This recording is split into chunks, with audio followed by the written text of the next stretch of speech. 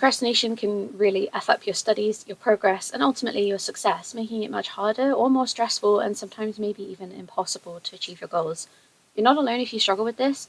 I, for one, find this to be my biggest problem with my work and studies, and I've spent countless hours procrastinating for most of those, looking up how to beat procrastination and, most importantly, how to make those behaviors stop for good. This video is therefore my ultimate synthesis, digestion, and regurgitation of all of those hours of research for you to know what to look out for and how to help you figure out what is going on so you can actually change these behaviors.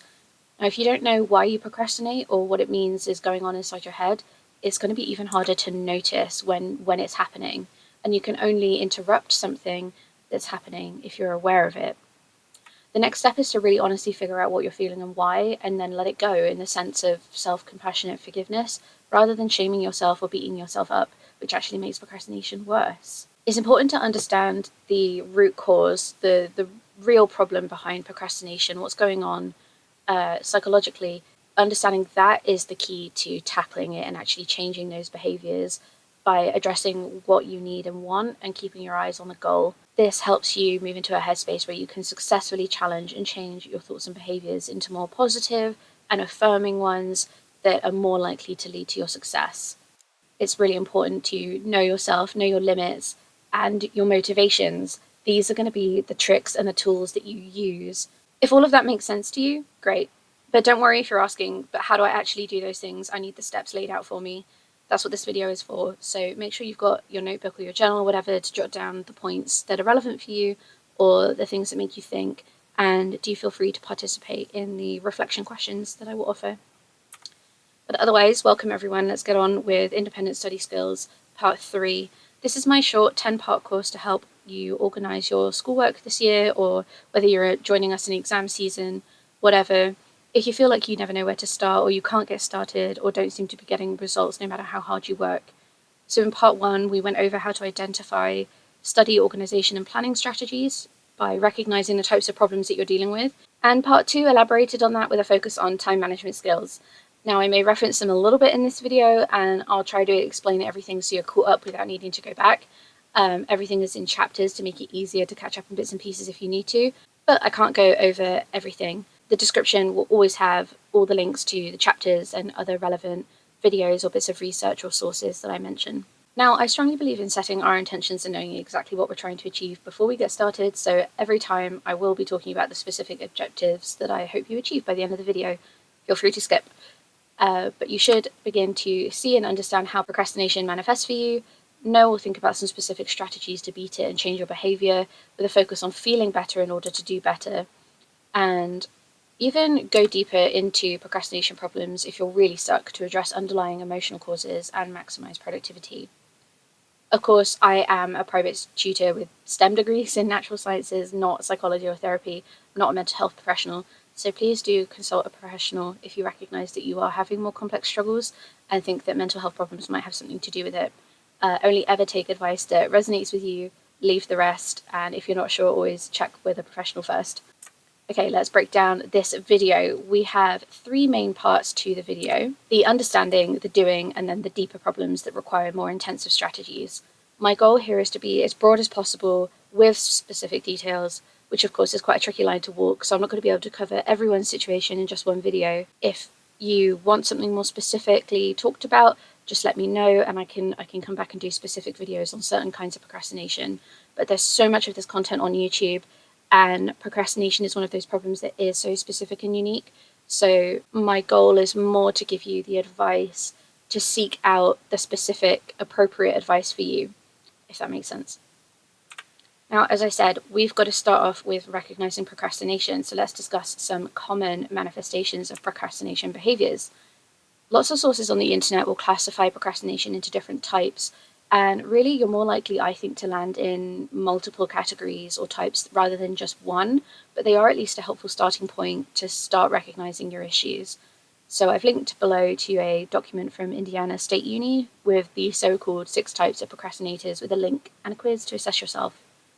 They essentially break down into avoidance and delay behaviors, the bedrotter types, the side questers or the revenge procrastinators who seek more fulfilling stimuli, and the drama queens or the social butterflies who only seem to thrive on stress and chaos.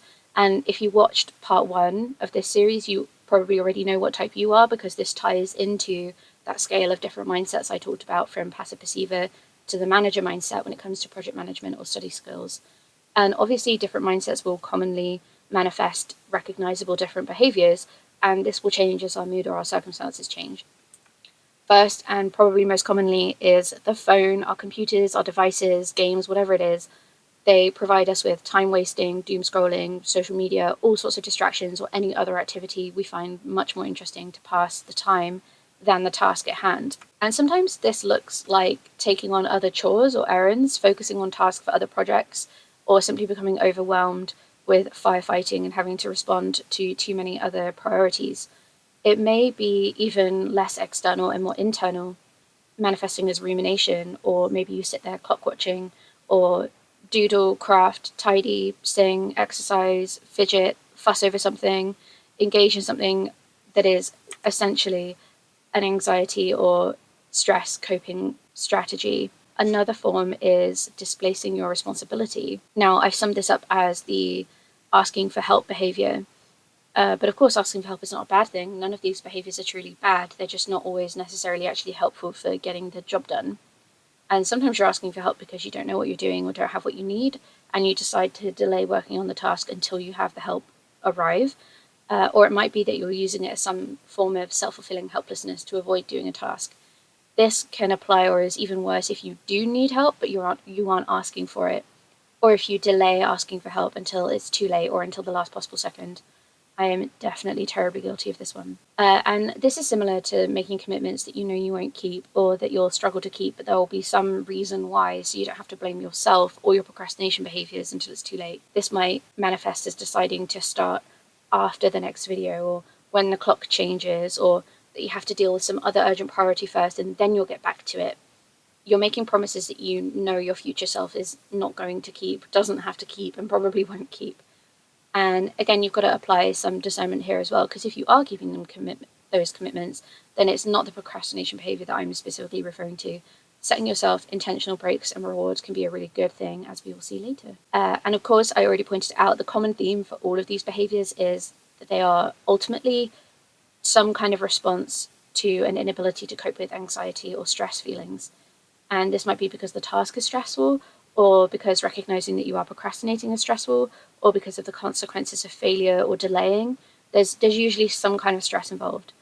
And this usually arises from other feelings as well, so I encourage you to name them, as they contain the key to really understanding why you specifically procrastinate. Common feelings that other people have that lead to procrastination or arise as part of the process are things like panic, overwhelm, a sense of a big, pointless but incredibly firm resistance, like a huge block without a kind of specific face or name, just a vague sense of dread, or like some kind of inability to face up to something. Or it might be the opposite. It might be a strong defiance or a sense of like internal autonomy, that you just need to do it your way or do it a different way, or that you're frustrated that you can't do it. And this autonomy will especially manifest over how you spend your time or your energy. Or it could be even more opposite than that. It could be a sense of calm, that everything is going to be okay, and maybe you even start to feel apathetic, like none of this matters, or overconfidence, that you know it's going to turn out all right in the end, or that you just don't care about the outcome. Or it might be the flip side of that, which is a complete dissociation or detachment from what you're doing or the potential outcomes, maybe even a repulsion to work on the task, or a repulsion to the consequences either way, or to your own self or your behaviors. Or it could be fear just about everything, or fatigue, especially if that fatigue is very intense. Every time you try to begin a task, you might feel confused and not know what to do, anger and irritation, or just general upset or a sense of urgency, or feeling even completely powerless to accomplish your goals. So I think I've covered pretty much everything. Pause for a minute, think about the list, and what manifestations of procrastination are common for you and what feelings tend to come with them. So if you identified with at least one of the types of procrastination on the previous slide, let's now dig into why those specific behaviors manifest. The first and main thing to understand about procrastination is that it is a self-protective behavior. Your body and mind are reacting to a negative stimulus, whether stress, fear, anxiety, or anything that it is rationalizing as a threat and trying to get away from it or keep you safe from it. This is the first misconception that comes up about procrastination. A lot of people will describe themselves or others as lazy, but research and insight from authors like Devon Price, who wrote Laziness Does Not Exist, has suggested that what may be presenting as laziness is actually more likely to be some kind of invisible barrier in place blocking someone from accomplishing a task. And so if you dismiss the student as lazy, this only shames them, and it doesn't recognize or address the barrier, and it won't solve the problem. And they're usually variable and unique to the student, so it's important to be aware of them. For example, it could be that you struggle to accept the reality of the future, whether you have a strong fear of failure or even more rarely, the fear of success.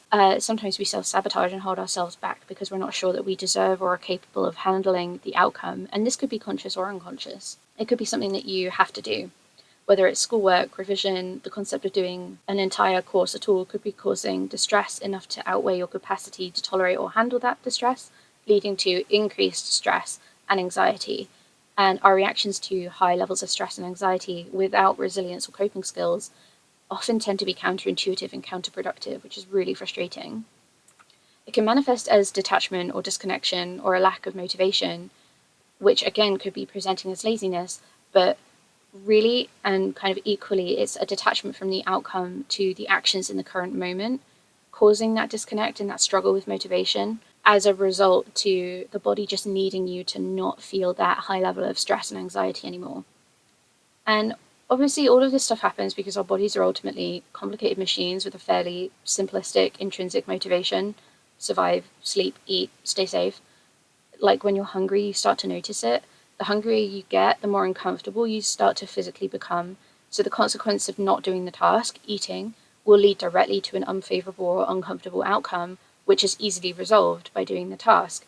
With schoolwork, revision, or studying, the outcome and discomfort from not doing the task feels so far away, so disconnected and detached from the immediate consequences compared to the uncomfortable feelings around doing the task, which are stress and anxiety. And we resolve that by scrolling social media, by playing games, doing literally anything else other than what we know will make us feel better in the long run. So hopefully that's given you a little bit of a clue for how to deal with these root causes if you resonated with one or more of them. So what to do about it? The first thing is to make sure you have a plan that you can quickly and easily refer back to, which relies on time management and organizational skills that we talked about in part 2. Having that plan with a specific completable task on it that you can tick off, whether digital or on paper, will help you refocus. And if you're stuck not knowing what to do, taking the 20 minutes it takes to figure it out, mind map ideas, priorities, or whittling down lists of goals or need to do's into a simple step-by-step task list is a very, very good use of time. Or you could take the time to check in with yourself. You're welcome to practice it now if you're safe and able to do so. Sit straight with your feet flat on the floor or whatever surface, with your legs as well nice and flat and straight. Take some nice slow deep breaths and ask yourself, how are you feeling? This might mean doing a quick body scan from your toes up to the top of your head or back down again, listening and looking for any sensations you notice. This could be in specific body parts. It could be tension, aches, pains, temperature changes, or relaxation, any kind of sensation. It could be your whole body. Generally, you might be feeling skittish, tense, tired, or fatigued. You might feel lethargic, or you might feel pleasantly relaxed. It could mean closing your eyes and sensing within what emotions are you feeling, connecting them to the associated feelings within your body if you can. And once you've made those identifications, ask yourself or conclude what the associated want or need is. Do you need to take care of yourself by eating, drinking, resting, sleeping, any of those things to get the job done? Do you need to move your body, exercise or stretch, or just change your sensory input? Or do you need to reward yourself, especially with a change in the environment? Are you feeling stressed and anxious? And if so, can you name what the cause of those feelings is? The key to interrupting your urge and feeling, or feeling a want or need to procrastinate, is to address the core problem, whether that's practical or emotional. So if you need rest, there's no use fighting it. And sometimes simply taking that pressure off allows your body to relax and reset, which can help you find the headspace you need to try getting started on the task again. And if the worst case scenario is going to be that you're procrastinating all night because you're too stressed or anxious to get started, you may as well cut your losses and enjoy the rest of your night guilt and shame free, if of course you have the time allowance to do that. But this is the more productive way than trying to squeeze out a half-hearted effort over triple the amount of time it would take you at your best if you literally just don't have the energy to do it properly. So no matter what the core issue is, spend energy and focus and time tackling that rather than worrying about your procrastination behavior. Now, I'm sure if you've struggled with scrolling social media, for example, or choosing different apps or whatever to try to limit or detach from it, those replacements and avoidance strategies will usually fail after some amount of time. The core need and task will find a way to get itself addressed. So if you identify it and work with your body and mind, not against it, you're much more likely to successfully transition back into doing your work. So if you've done that, you identified the core problem, tried to tackle it, and now you need to get back to the task. This tends to be the sticky area where we either do fail at our procrastination habit avoidance and we end up going back to the social media instead of moving on to the productive activity. So this is where transition tasks and intentional breaks and timers and little tools to help keep us accountable and to make sure we actually do transition to work is really, really important. They help us shift headspace from task to task, since studies have indicated that transitioning between tasks, especially in an office or an academic environment, takes a disproportionate and surprising amount of time out of our day, up to 40% of our productive time, according to the American Psychological Association. So for me, a transition task looks like, okay, I've just put my phone down, I've got my timer ready to go, I finished scrolling on YouTube Shorts or TikTok or whatever, I need to transition into my work. So depending on my mood or my needs, I might be like, okay, I will play one more level of a puzzle game and then I'll get started and I will think about the first step of the task while I play. Or if I get my music on, have a sing, have a dance, where I think about what I'm doing while I'm doing that. Or even if it's a journal, jotting down some thoughts, feeling, ideas, anxieties, or just doodling or taking some notes. It could be getting a drink, a snack, stretching, lighting a candle, tidying up the desk, fussing over the layout to make sure I've got the space, everything I need, my pens, my notes. Or it could be changing the environment in some other way, fixing the lights, opening up the right computer programs that I need. As long as it's something that's preparatory for you to get back to work, meditative, or in some way, like I was describing, like you're half paying attention to the task at hand, so that your mind can be whirring away thinking about the task ahead. We'll talk about this a little bit later as well. But notice how they all involve occupying your mind sort of on autopilot with something that is pleasant and taking care of yourself, but leaving you mental room to build up to think about what you actually need to do next, not how you feel about the task. We've dealt with that. It's practically, what's my first step? What's the action I need to take? Another strategy is to bring the consequences closer, so turn that detachment and disconnect into a connection.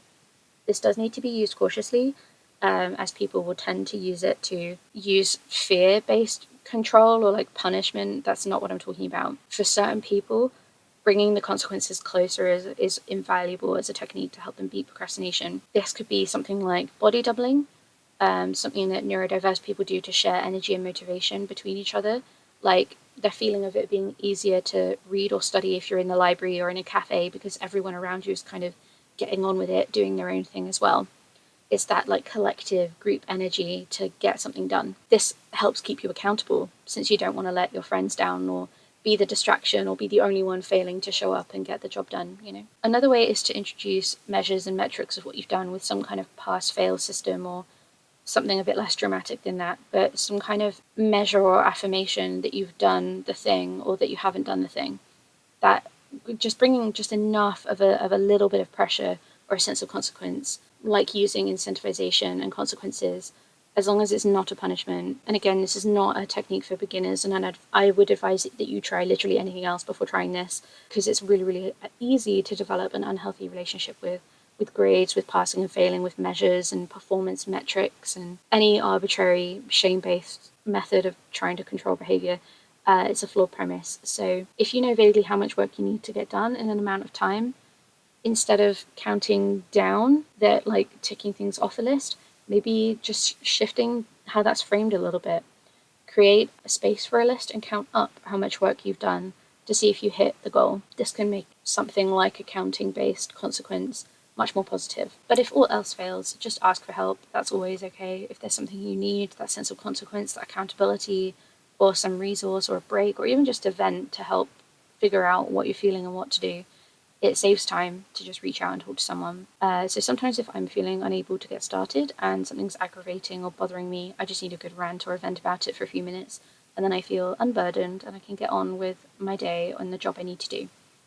Sometimes you just need someone to nudge you in the right direction, or to say, come on, cut it out, get on with it, and that can just snap you out of it.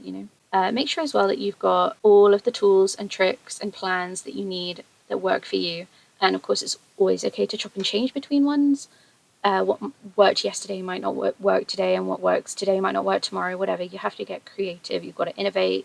You've got to use modified versions for what suits you better. And we went over these different types of organizational tools in part 2 to choose what might be best for you based on the headspace that you're in.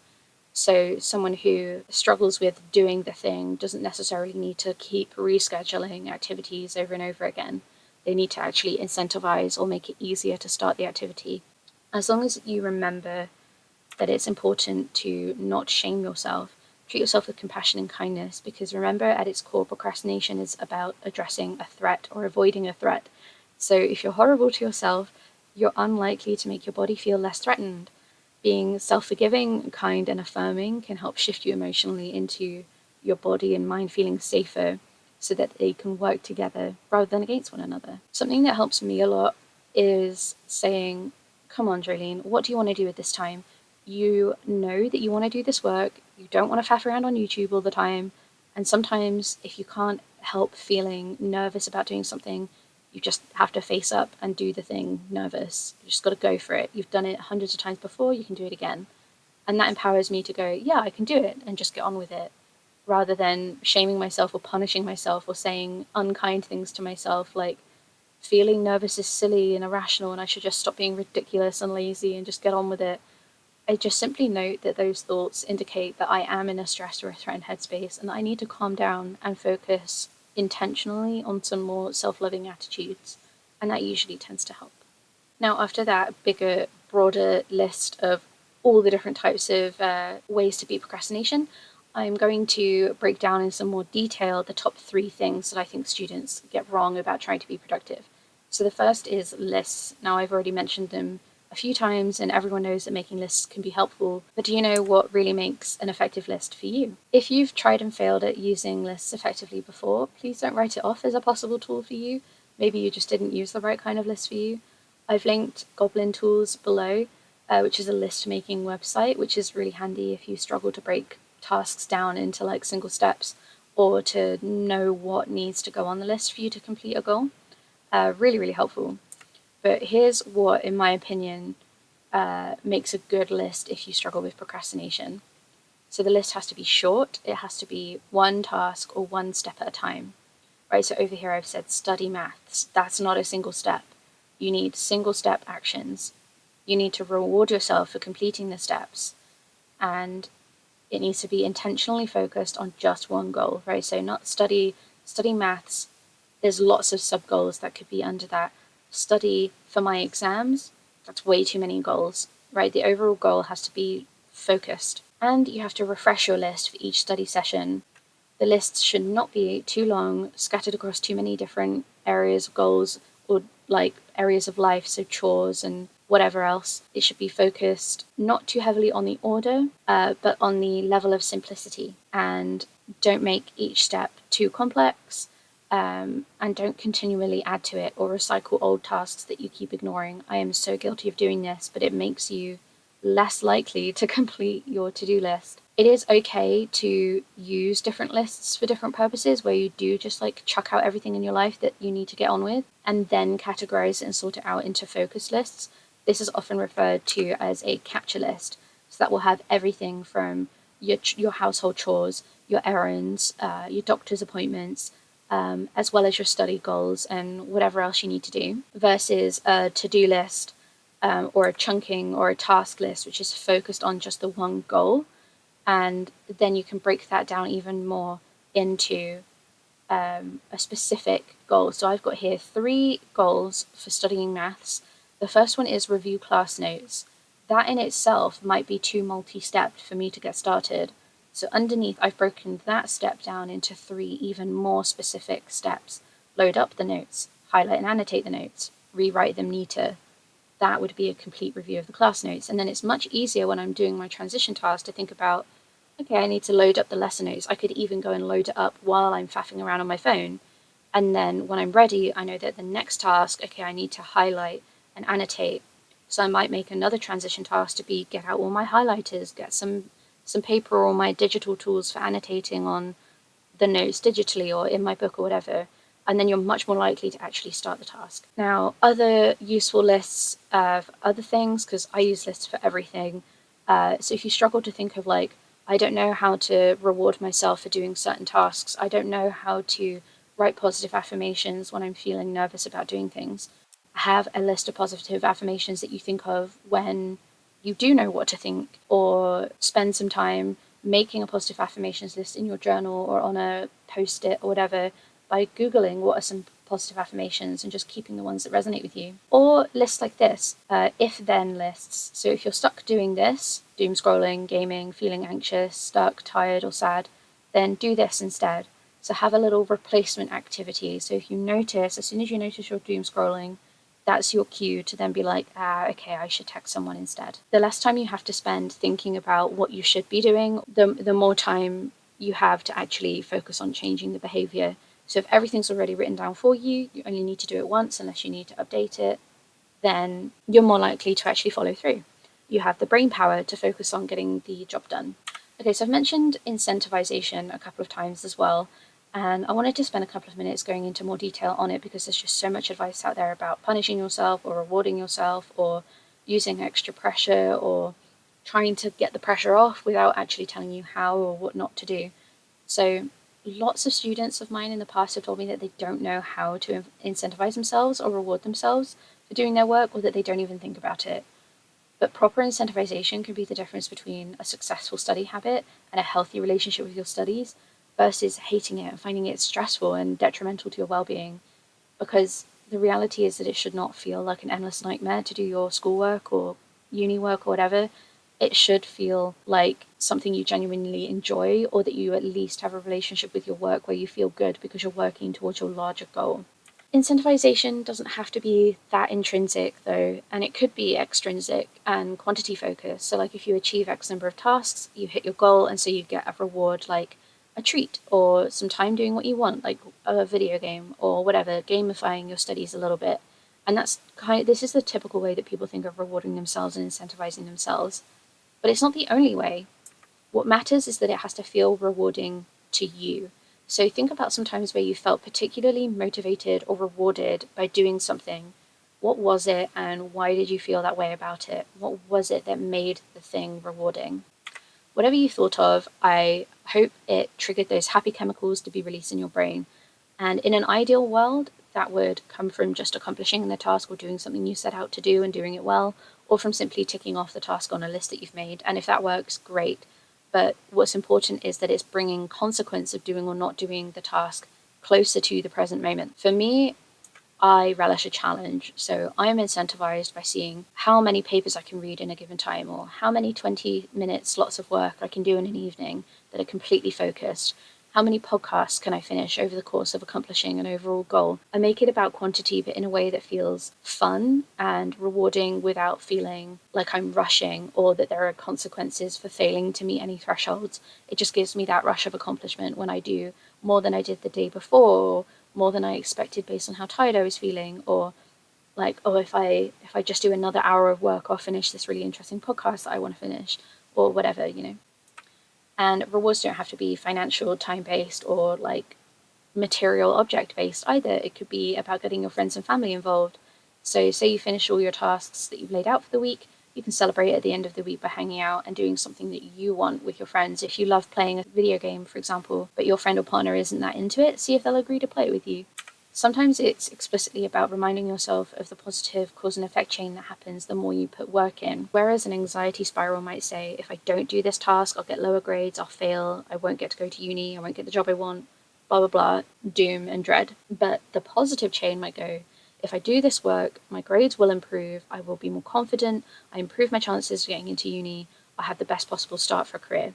Something to bear in mind through all of this is, especially when talking about object or material rewards and time-based rewards, is that food, drink, rest, quality time, none of that is an appropriate reward or incentivization to work. You do not earn rest and survival needs by working on your schoolwork, right? That's a really harmful aspect of like hustle culture and whatever is going on in the education system that creates really unhealthy adults down the line who end up burning out. Of course, everyone deserves rest and nourishment and to spend time connecting to other human beings, and you should never deny yourself these things. And if you do adopt that mindset, over time it can lead to trauma. So rewards should be something that are a bit extra and proportional to what you've done.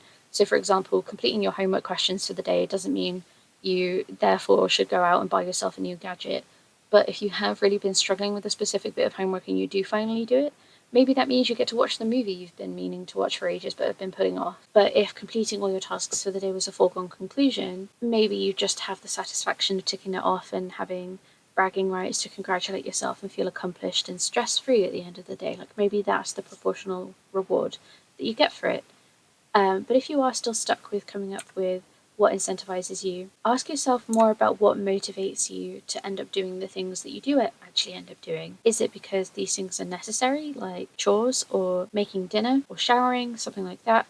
If so, you may lean towards needing more consequence-based incentivization. Reminding yourself of the emotional drive and necessity to complete a task can help you.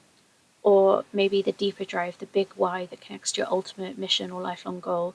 So connect to that positive chain of cause and effect to connect the specific act or task to your mission. What about if it's because something feels good and fun and you like doing it? Then you know that you need to make your tasks more fun, which can be really tricky, or you can reward yourself with something good and fun afterwards. So sweet treats, good music, something you like, maybe watching a TV show in the background, or making sure that you wear your favorite outfit, use your favorite pens, use your favorite notebooks, something that makes you feel good either during the task or afterwards, as long as you can concentrate on what you're doing. Maybe you're someone who just loves the feeling of being accomplished, ticking things off, getting the stress off of your mind, having a finished piece of work that you can hand in, send off, or file away. I personally find this one works for me. I like making a pretty finished product, so I make sure I have something presentable called a deliverable to hand in or send someone at the end of my tasks, whether that's a completely filled in to-do list with lots of things ticked off, or a colouring or art project that I work on in little pieces during my transition tasks throughout the day. After I've done like an hour of work, I'll do a little bit more, and then by the end of the day I try and make sure I have it done,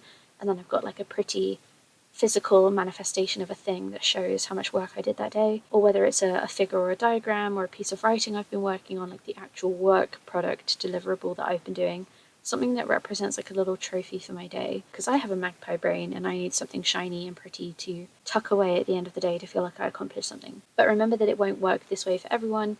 Motivation is like an artist's muse.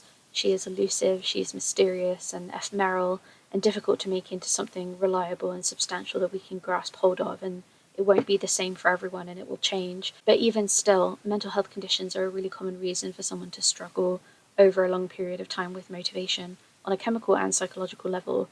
So I do strongly recommend that if you are struggling, you speak to a doctor or professional if you can. And the other thing that students have trouble implementing effectively is productive breaks. Of course, we all know that taking breaks is essential for well-being, productivity, and health, and there's a reason that workers fought for mandatory breaks.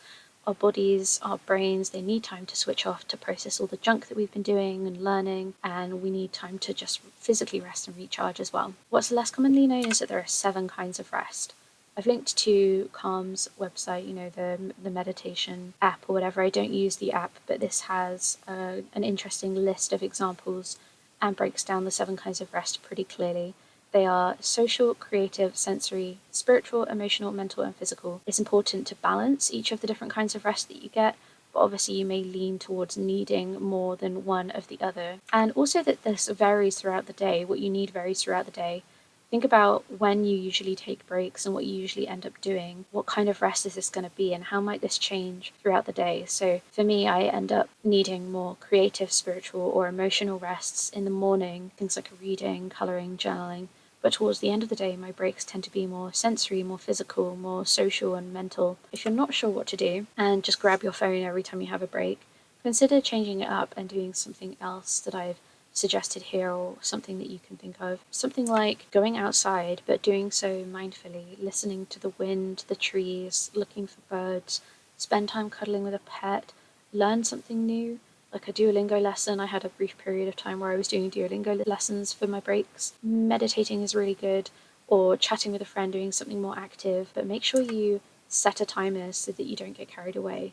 This is a really important part of taking intentional and effective breaks, is making sure that they are time limited and that you're held accountable and that you transition away from them. So whether you're having fun, whether you're doing something productive, or whether you're just doing nothing and having complete peace and quiet, whatever works, make sure that it's an appropriate amount of time and that you're prepared to transition. So I tend to take breaks that only last a couple of minutes every 20 or 30 minutes or so. But if I'm working for longer, like an hour or 2 hours, I'll have like 10 to 20 minute breaks. Or once or twice throughout the day, like lunch and dinner, I'll have a break which is over an hour long, and I make sure I'm getting everything else that I need to get done in that time. But sometimes you just need like a 10-second, like, get up, have a wiggle, have a stretch, move around, be away from the screens for a while, and then come back to focus. Make sure it's like the rewards, make sure the break is proportional to what you need as well. Now, after all this, if you're still struggling, still finding that you're procrastinating, first off is remember that it's normal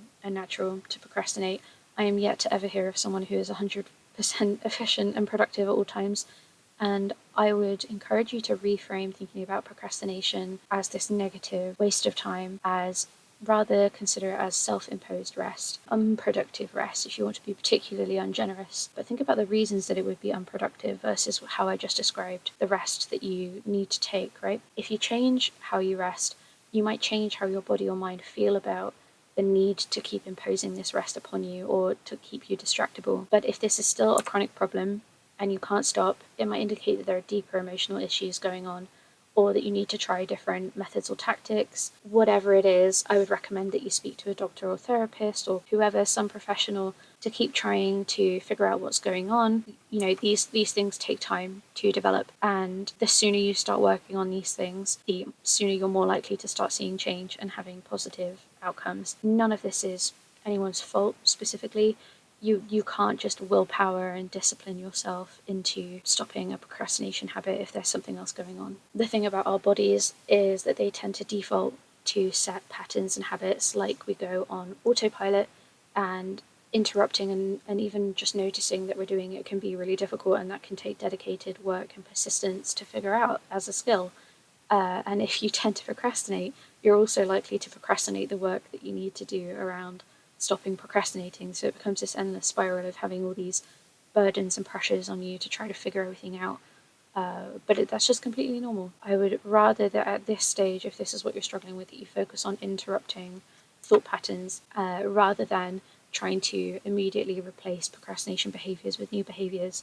Work on noticing those thoughts, the emotional and mental processes underlying the procrastination problems. Work on how to disrupt that constant flow of emotional energy into a low or defeated or even helpless state, and try to shift that energy to go a different way. We'll talk about some of the underlying psychology. You've probably heard of fight or flight mode already. It's when our brain will detect a threat and activate the stress response system, releasing adrenaline and cortisol, the stress hormones, putting us in this activated state to help us better respond to a threat. But the truth is that these states overlap a lot, and people have actually started to use 5 of them now instead. So these are fight, flight, freeze, fawn, and flop instead. Even though we aren't in any danger when it comes to studying, there are lots of reasons to find it stressful, scary, or difficult.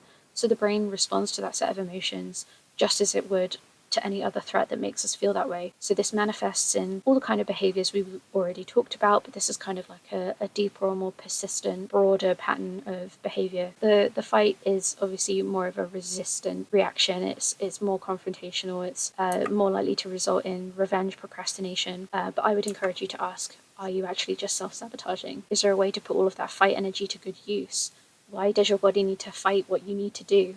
Is it telling you that you have an unmet need somewhere else? Maybe address that first and then see if you chill out and can actually get going on your studying the next time you sit down to study. With flight, this is more likely to manifest as some kind of avoidance, boredom, distractibility, searching for side quests, and is due to a whole host of deep down emotions that might be fear, it might be an underlying mentality of loathing confrontation and finding work so distressing and uncomfortable to sit down and try to do that they'll either try to flight or flip into freeze mode. And this is someone who might try and, very much be stuck in the habit of procrastinating and doing everything else. If you tend to notice that you have an essay that you need to work on, and then suddenly you've cleaned out your wardrobe, which is a task that you've been meaning to do for months and months, like suddenly all of these other chores and side quests become easy to do because you're procrastinating the thing you need to be doing. So this is a person who needs more incentivization, more comfort, more positive reinforcement, more clarity on exactly how to start the task, and reassurance that you are going to thrive and be really good at it and that you can get it done. Freeze is really similar to flight. It's all about those deep emotional feelings, the fears or emotions that need regulating and processing. It could involve the mind just switching off because it's been spiraling with so many thoughts that it's become overwhelmed.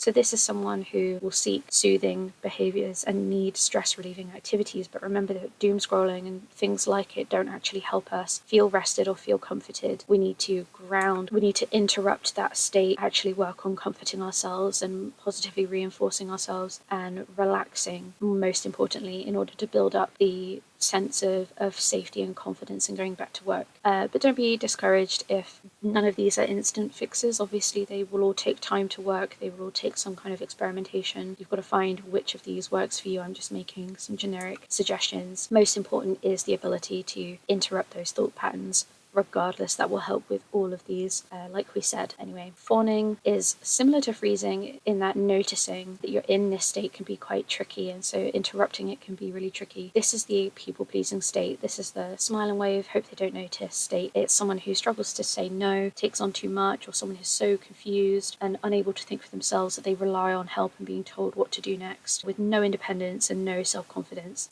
But they might end up taking on too much as well. They might keep saying yes to everybody's demands of them and get stuck, kind of similar to side questing, but this is like they might be taking on too much themselves, or other people might be putting it on to them, and it's less side quests that are like easy for you to do and more like an overwhelming amount of priorities and responsibilities. But counterintuitively, I found that the best way to deal with someone who fawns is to ask for help, but the right kind of help. So there's a difference between tell me what I need to do next to revise and tell me how to get started so I can understand algebra for myself, right? That subtle difference, that specificity can snap someone out of their fawn state and remind them with positive affirmation that they are capable, that they have agency, that they can figure it out, that they can, seek rewards and forgive themselves and soothe themselves and basically do the things themselves, and that will help them break out of self-defeating and limiting cycles. Flop is the last one. This is the how about no? How about I sleep instead?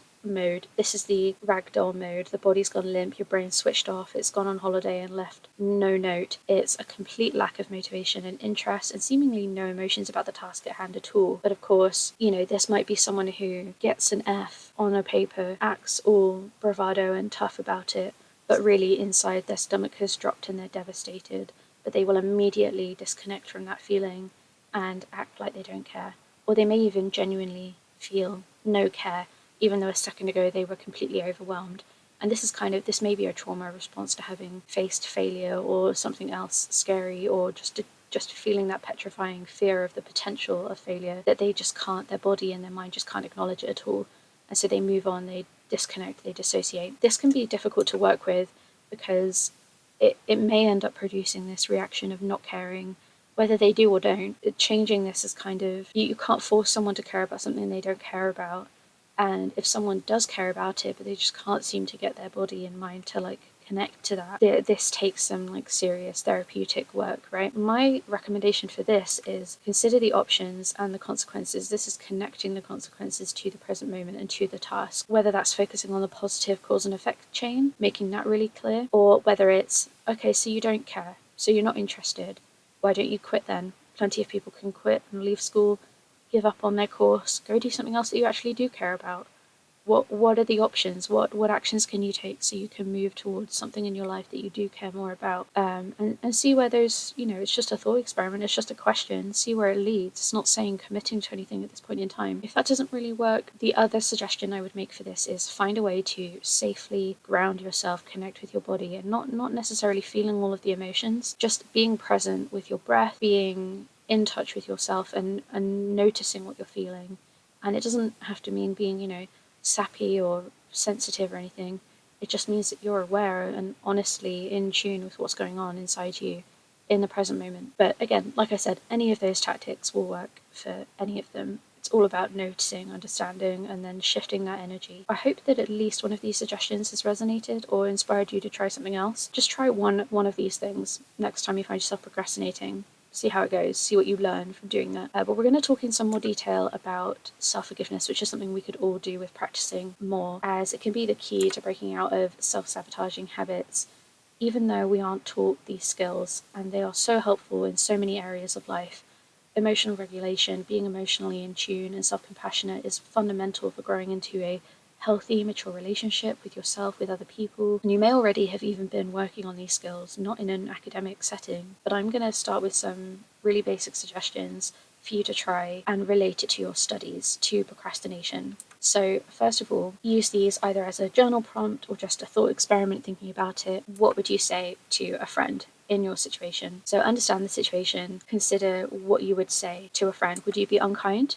Would you offer them sympathy or support and reassurance? There's so many reasons that you might struggle with something, especially something as common and normal as procrastination. Apply the whys that we've talked about behind the procrastination. Which one applies to you? Once you're clear on that, breathe out, just blow it out. Imagine that you're releasing that shame and that self-berating and any of those unkind thoughts. You don't want to hold on to those. You don't want to hold on to any tension. So tense your whole body and then relax it and let go.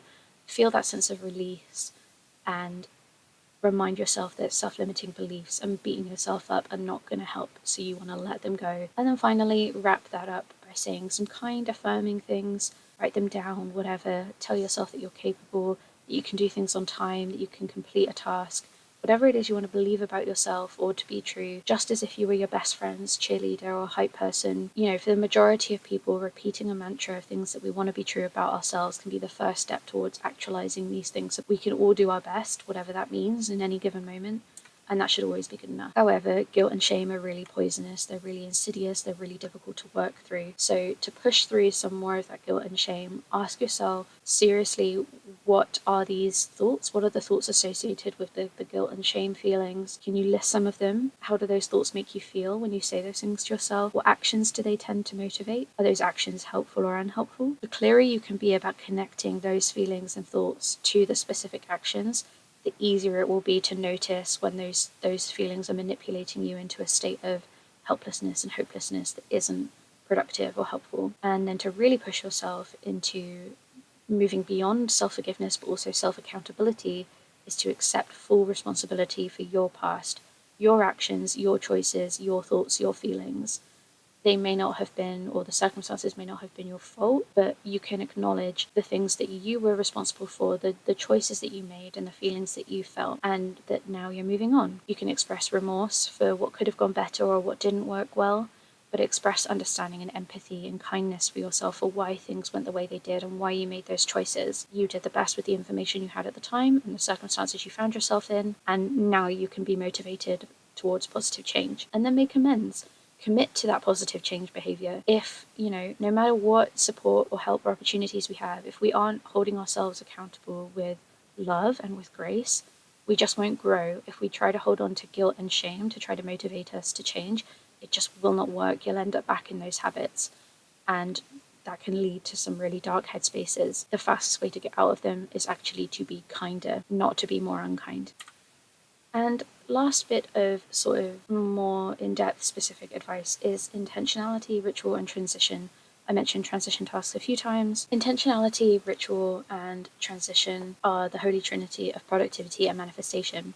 So let's say you've done everything we talked about so far, you understand why you procrastinate, you've noticed when you're in certain headspaces, you feel a certain way, and so you've stopped, you've interrupted the habit, you've addressed your need, and now you're back at your desk ready to work, and then the feeling that you might just start procrastinating right away again comes back.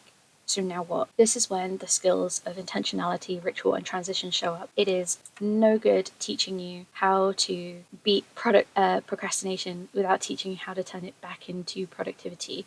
This is the step that a lot of people miss. So to break the cycle of procrastination habits, it helps if you mentally rehearse what you need to do next.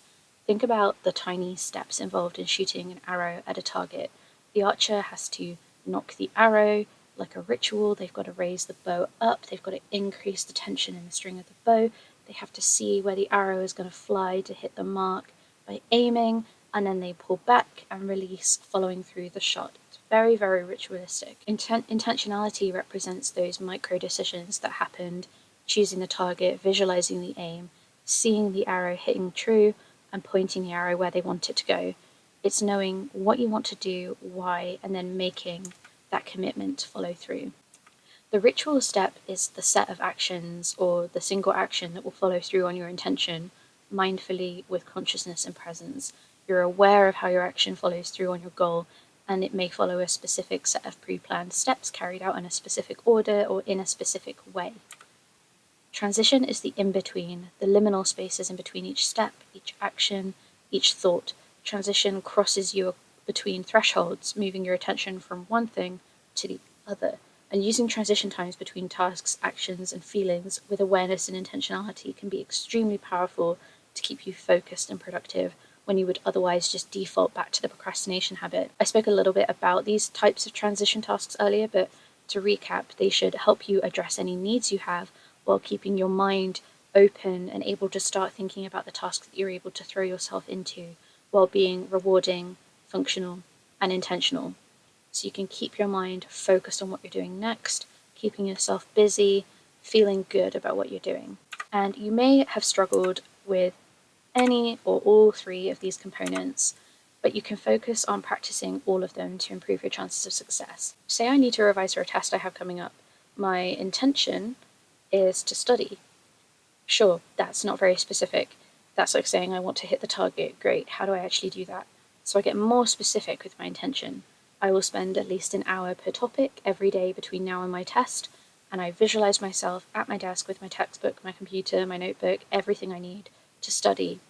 As I say that to myself, I commit to it, and then that should help me hit my target grade. Great, now the ritual follow through. Set up the desk the way I want it, make sure I've got a candle glowing, incense burning, my fairy lights on, my coloured gel pens, my pretty notebooks, everything I specifically like to have that feels nice for me to do my revision. Again, I'm a magpie, I like shiny things. Everything's got to be pretty. And then I feel good about starting the task, and then I put my phone on silent, I put my study music on. Bonus points if the album or playlist I've got set up ready to go is as long as the study session that I want to have, and then I load up the relevant chapter or open the book to the relevant chapter wherever it is, and then I do a final check-in with myself. Am I ready? Am I prepared to focus? If not, take another quick break. Jot down some thoughts in a journal, which I always keep by my desk, or on my phone, or fetch something that I need, a drink or snack, toilet break quickly. Do I need to check my notifications and make sure nothing's going to be bothering me and on my mind? Nope, okay, I'm ready to go. There's nothing stopping me from spending the next hour doing my work, and hopefully all of that took less than 5 minutes. And so I get started, and now I know I'm fully ready to just let myself sink into that focus mode. Now you're prepared, you know what you need to do and how, and you've mastered the art of transition, so you can refine and tweak these newfound powers of self-awareness, pattern disruption, and emotional resilience in order to maximize your productivity. You've got to know yourself. You've got to develop trust, forgiveness, and a healthy working relationship with your body and with your mind. So, for example, if you know that your energy and concentration are at their lowest between 7 and 9 p.m, and yet every day you're forcing yourself to try and do all of your revision and homework in those hours, you're working against yourself. Why would you do that? You're setting yourself up to fail. If you know when your most productive hours are in the day, those are the hours you've got to try and get all your important work done. That's the kind of thing I mean. Reflect on you. Know yourself. You know yourself best, so you know how to get yourself into the best possible position for success. Then think about all the factors contributing to you working as best as you can. This is the maximizing part, right? Sleeping well, eating well, drinking well. Are all of your physical needs taken care of? Are all of your mental and emotional needs also taken care of? Are you breaking effectively? Is your social energy good? Do you know how to stay productive throughout the day when you have an energy dip, when you're most likely to procrastinate? Are you making sure you've got everything you need on hand to stop that from happening? Are you remaining flexible? Are you trying new things? Are you picking up and putting down study methods? Are you updating your plans to reflect changes that are happening? The more tools you have in your toolbox, the more likely you are to successfully fix any problem that comes up. And holding yourself accountable to all of these plans, you've actually got to use the time management tools. You've actually got to use all of these tips and tricks we've gone over. It's all well and good knowing it and intending to try it, but you have to actually do that follow through. And if you aren't following through, ask yourself why. This is just another form of procrastination. Interrupt your thoughts, interrupt the habits and behaviors that are keeping you stuck. The more asking and challenging yourself that you do about why you're doing something, why it's your routine, the quicker and easier you'll find it to break a procrastination habit. To summarize, we have discussed what procrastination looks like in all its different forms of avoidance, side questing, stressing out, resisting, and we've even gone deeper into the reasons why, the 5 Fs of activated stress modes, and the fact that your body may be trying to help you meet some need that you're not addressing. We've went over tons of things to try to do things differently, to actually address those needs and move on from a procrastination habit. I encourage you to think about your negative thoughts, the patterns that are keeping you stuck, by grounding yourself in your feelings. Notice what's really going on, tackle that root cause. That core problem is probably what's blocking you, and so dealing with that will more effectively change your behavior than trying to deal with what the actual procrastination habit or behavior is. We talk specifically about bringing consequences closer by making lists, rewarding and incentivizing yourself appropriately and proportionally, and take effective breaks, noticing what kind of rest you need. And then we went over how to transition between interrupting a procrastination habit to successfully getting back to work using intentionality, visualization, and ritual, and then how to maximize that productivity with specifically catering to when you work best. I hope you found this helpful. Thank you for watching, and good luck. I'll see you next time.